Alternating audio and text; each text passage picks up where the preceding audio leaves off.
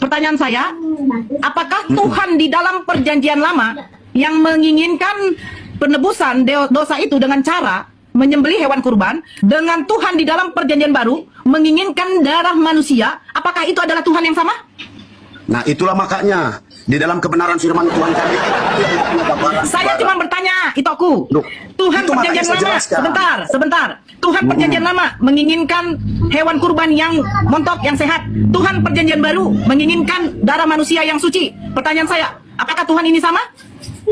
Dengar dulu itu, supaya itu lebih jelas. Saya ini baru mendengar ada Tuhan perjanjian lama, ada Tuhan perjanjian baru. Itu dapat dari mana itu informasi? Karena begini itu, Tuhan perjanjian lama sudah dikatakan Tuhan itu tidak mungkin menjadi manusia karena manusia itu sifatnya berdusta, berbohong. Di mana ayatnya itu? Jangan cuma comot-comot. Loh, jangan cuma comot-comot. Saya Lagi-lagi di sini kita disuguhkan dengan perdebatan seorang mu'alaf wanita yang bernama Nora Aritonang dengan seorang pendeta yang kedengarannya sama-sama dari Batak. Nora Aritonang bertanya ke pendeta apakah Tuhan di perjanjian lama sama dengan Tuhan di perjanjian baru. Karena menurut Nora Aritonang, di perjanjian lama dan perjanjian baru, konteks Tuhan sangat jauh berbeda. Dan yang lebih mengejutkan lagi, pendeta tersebut menantang balik ke Nora, di mana ia mendapatkan sumbernya. Pendeta tersebut menyuruh Nora untuk membuka di Bible mana yang konteks Tuhannya berbeda. Wow, kelihatannya perdebatan kali ini seru sekali. Tanpa banyak basa-basi, mari kita tonton videonya sampai selesai. Karena endingnya bikin kalian tertawa sampai subuh, bro. Jangan lupa dukung channel ini dengan pencet tombol like dan subscribe. Dan juga berikan komentar-komentar kalian yang terbaik, bro. Mari kita berdebat di kolom komentar saja, bro. jelas, saya tahu jelas itu. Itu dari dengar itu ya. Itu cuma dari Kristen tahu Alkitab setengah-setengah. Kalau saya tanya tentang Al-Quran, saya yakin 100% itu nggak akan pernah tahu tentang Al-Quran. Sekarang gini itu. Saya yakin. Kalau gitu gini aja deh itu. Carikan di dalam perjanjian lama di mana Tuhan bisa menjadi manusia. Loh, itu makanya itu dalam kitab Mika, dalam kitab Yesaya pasal 9 dikatakan bahwa seorang anak akan lahir, tentang juru selamat, penasihat ajaib. Di mana itu? Di mana itu? Yesaya, dalam kitab Yesaya pasal 9. Bentar, Mang. Oke, saya cari ya. Sebentar. Ya, sini dulu, Mang. Sebentar. Yesaya berapa? Aduh. Yesaya berapa? Udah toh? Yesaya 9 Ayat 5, coba itu baca. Oke, saya baca itu dari 4 ya. Sebab kuk yang menekannya dan gandar yang di atas bahunya serta tongkat si penindas telah kau patahkan seperti pada hari kekalahan Midian. Sebab setiap sepatu tentara yang berderap-derap dan setiap jubah yang berlumuran darah akan menjadi umpan api. Sebab seorang anak telah lahir untuk kita, seorang putra telah diberikan untuk kita, lambang pemerintahan ada di atas bahunya, dan namanya disebut orang penasihat ajaib, Allah yang perkasa, Bapa yang kekal, dan Raja damai. Pertanyaan saya itu, telah dengan akan sama apa tidak? Dengar itu, makanya inilah nubuat yang disampaikan Yesaya kepada bangsa Israel. Sebentar. Seorang anak telah lahir atau seorang anak akan lahir? Apakah Yesus di situ telah lahir? Alkitab bilang Yesus ada sebelum bumi itu diciptakan, Yesus sudah ada. Oke, pertanyaan saya berikutnya itu. Iya, tanya aja, saya Yesaya jawab. menubuatkan, sebentar. Yesaya menubuatkan lahirnya Tuhan apa lahirnya manusia? Itu makanya saya bilang sama itu. Alkitab bilang dulu, Yohanes pasal pertama ayat pertama. Pada mulanya adalah saya tidak tanya Yohanes, itu mengambil dari Yesaya. Saya bertanya, Yesaya menubuatkan kelahiran, sebentar itu. Saya cuma simpel, kelahiran Tuhan atau kelahiran manusia? Bentar, makanya Alkitab kami itu nggak bisa dipisah-pisahkan. Saya nggak memisahkan itu. Di sini katanya sebab seorang anak telah lahir, berarti sudah lahir. Yesus ada sebelum semua ada. Oke, saya terima itu, saya terima. Sekarang nubuatan ini, nubuatannya saya, yang lahir itu manusia apa Tuhan? Nah, itulah kemanusiaan Tuhan. Hakikatnya Yesus manusia atau Tuhan? Loh, hakikatnya Yesus itu, makanya saya bilang, Yesus itu 100% manusia, Yesus itu 100% Tuhan. Maka kami bahagia, kami bisa melihat yang namanya Tuhan kami. Dia buktikan kasihnya. Saya mau tanya sama itu, di mana tunjukkan di Al-Quran? Kapan ditunjukkan Allah Anda itu pernah mengasihi Anda?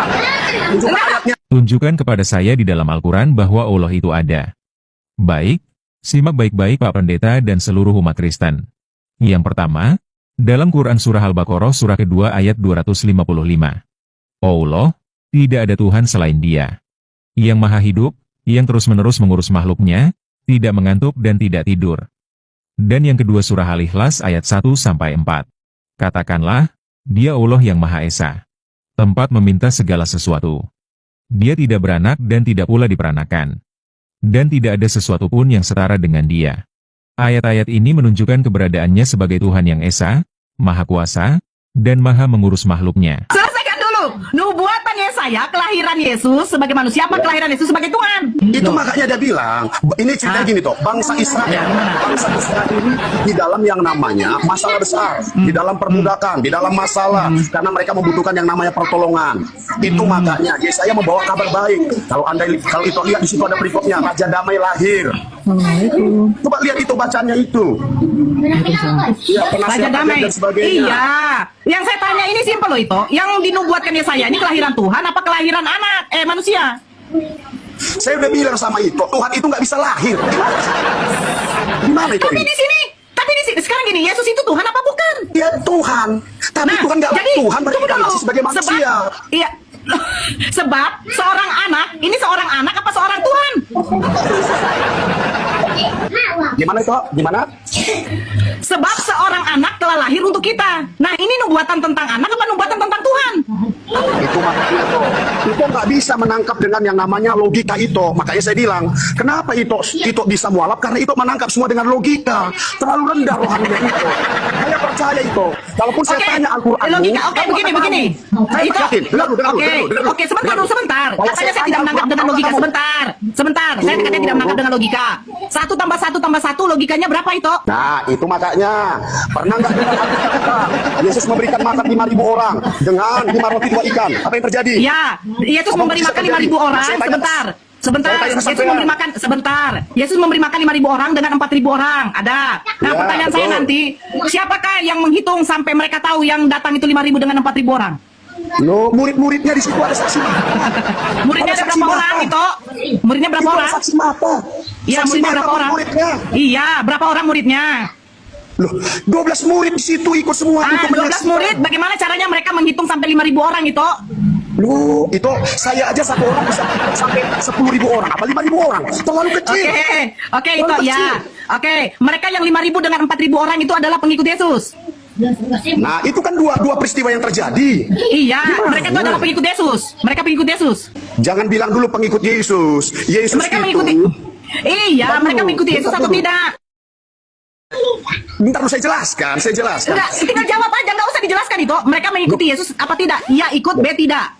Loh, nggak bisa pilihan Loh. ganda untuk bertanya begini. Kalau Anda pakai pilihan ganda, Oke, itu nggak apa-apa. salah. Jadi waktu Makanya Yesus terlalu ditangkap, gampang kamu alam. dia diadili di depan Pontius Pilatus. Yang 5.000 dengan 4.000 yang dikasih makan itu kemana semua?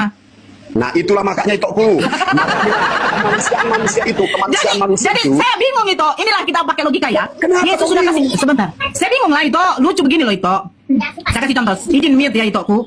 Yesus memberi makan 5.000 orang. Berbeda tempat. Akhirnya Yesus juga memberi makan 4.000 orang. Dengan 5 roti 2 ikan, 7 roti 2 ikan. Betul. Saya baca Yes. itu. Nah, ketika Yesus ditangkap sampai di hadapan Pontius Pilatus, yang 5.000 dengan 4.000 orang itu kemana? Kenapa nggak dibela Tuhannya? Itu Hah? makanya saya bilang sama itu harus baca nubuatnya.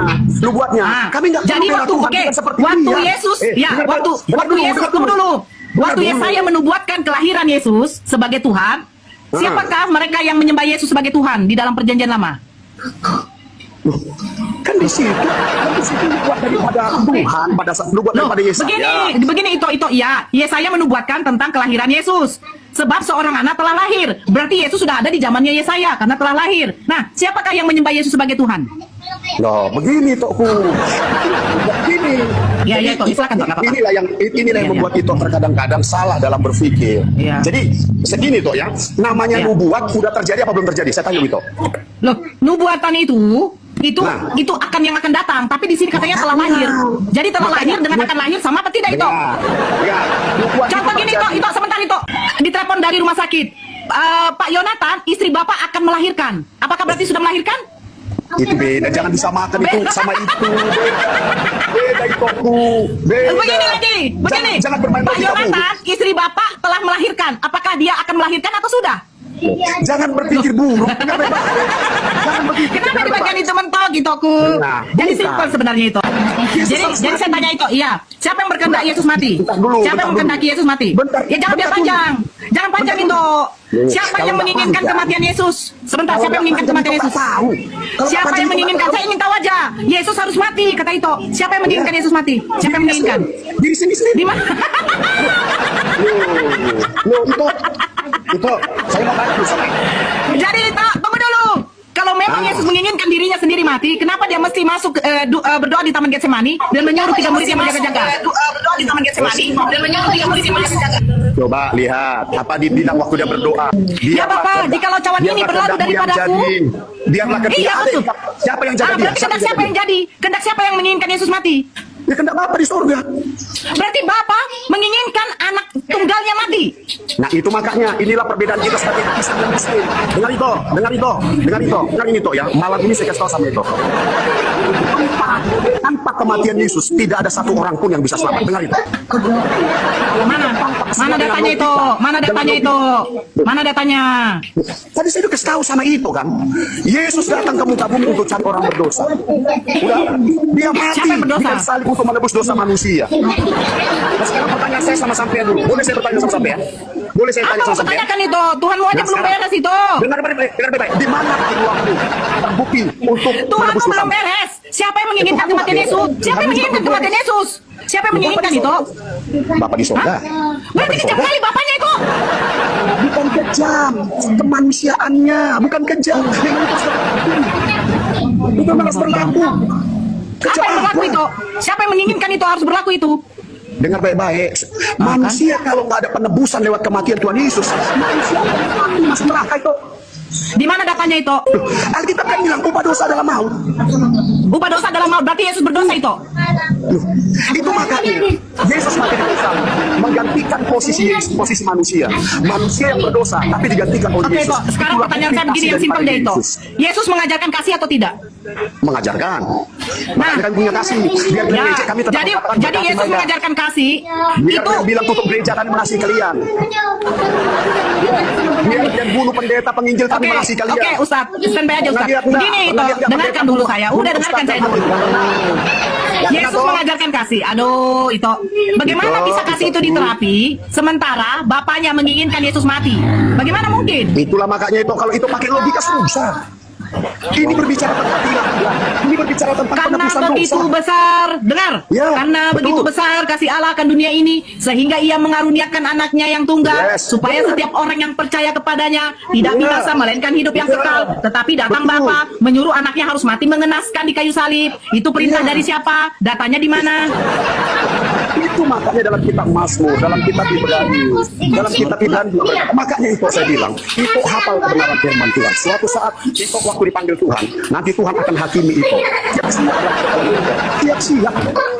Tiap siap itu. Apa yang mau- Alkitab bilang dalam kisah para rasul tidak ada keselamatan di bawah langit manapun kecuali di Aku dalam nama bertanya, Yesus.